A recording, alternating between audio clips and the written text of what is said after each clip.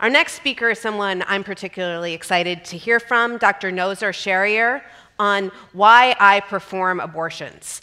Dr. Sheriar is a consulting obstetrician, gynecologist, and gynecological endoscopist. He is the Secretary General of the Federation of Obstetric and Gynecological Societies of India and a board member of Ipas.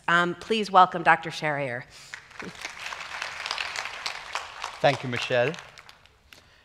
When pregnancies are unwanted, safe abortions are vital to women's health and well-being. While unsafe abortions remain one of the prime causes of maternal death and disability, safe abortions is one of the safest procedures that we perform in medical practice today. I perform abortions because I believe that this is something that all doctors who care for women should be doing to protect their health and well-being.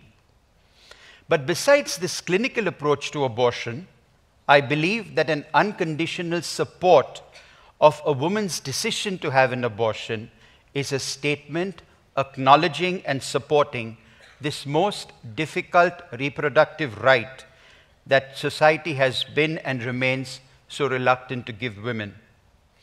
I perform abortions because I am pro-life and I am pro-choice. I am pro a woman's life to protect her body and her being from the disruptive consequences, risks, and dangers of an unwanted pregnancy. I am pro a woman's choice for her to decide what she wishes to do with her mind, her body, and her life.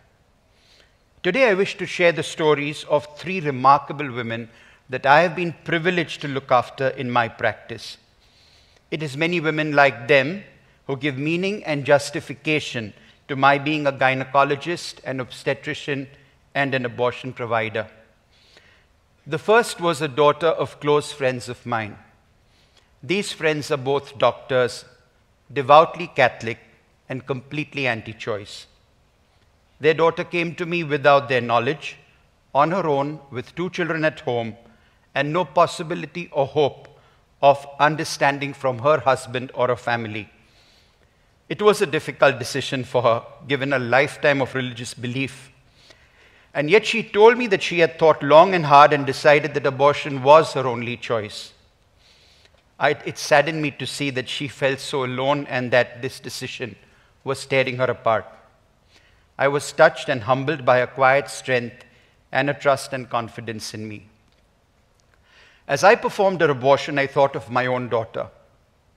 I hoped that if she ever found herself in a similarly distressing situation, that I could be there for her without condition or judgment. And if for some reason I could not be there for her, I prayed that she would find a doctor who would be her confidant, her support, and her protector. The second was a corporate lawyer, and she was going through a challenging divorce. She was distraught at finding that emergency contraception had failed her. In a shameful double standard, it would have been a legal setback if it became known to her husband and opposing counsel that she was pregnant.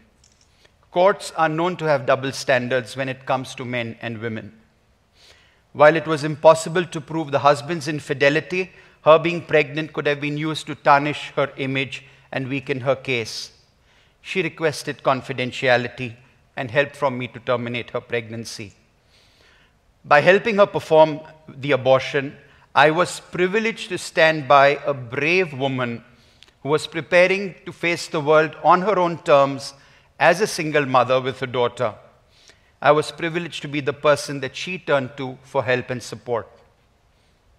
The third was an uneducated housemaid. She had 2 children and a failed sterilization. Her husband was uncaring and unsupportive and prone to drinking and physical abuse. She worked hard to put her children through school to achieve a life that she could never have. She knew that a larger family to provide for would have impacted her 2 children's future. She was desperate and abortion was her only option. Since then, she has continued to exercise her reproductive freedom confidentially by being on a long-acting injectable contraceptive. Today, as I see her older daughter as an undergraduate college student, I realize the wisdom of this uneducated mother's selfless choice made back then. While these stories seem so different, they are really but one and the same. Women wanting to exercise their right to make their choices about their bodies, their fertility, their families, and their future. Despite their very different circumstances, it was unfortunate but commendable that each one from a completely different background faced up to this challenge on her own and made her decision with great responsibility. I salute these women. What they did was difficult and courageous and honest. There can be no doubt that for them it was the right thing to do. For me, it was an opportunity to fulfill my sworn physician's responsibility, my oath to care and comfort, help and relieve. An estimated 70,000 young women die each year because of unsafe abortion. This is more than those who die as a result of most natural calamities. And this silent tsunami reaches doorsteps day after day, year after year, claiming the lives of young women, daughters, sisters, wives, and mothers. Safe abortion can save almost all these lives. So where is the controversy, moral, ethical, political, or religious, in the provision of a life-saving, health-protecting technology or option? I place before you an interesting scenario. If all the women who had an induced abortion in just the last 10 years came together to live in one country, their united sisterhood would have a population of 500 million. This country would be the third most populous country in the world behind China and India, ahead of the United States of America by almost 110 million. How then do people and societies dare judge, stigmatize, and condemn these women and what they choose to do? With these numbers, it should be obvious that abortions should remain commonplace, safe, and easily available. The women who come to me for an abortion do so with great thought and responsibility. Even so, they tend to look to others, often their caregivers, to support and validate their decision.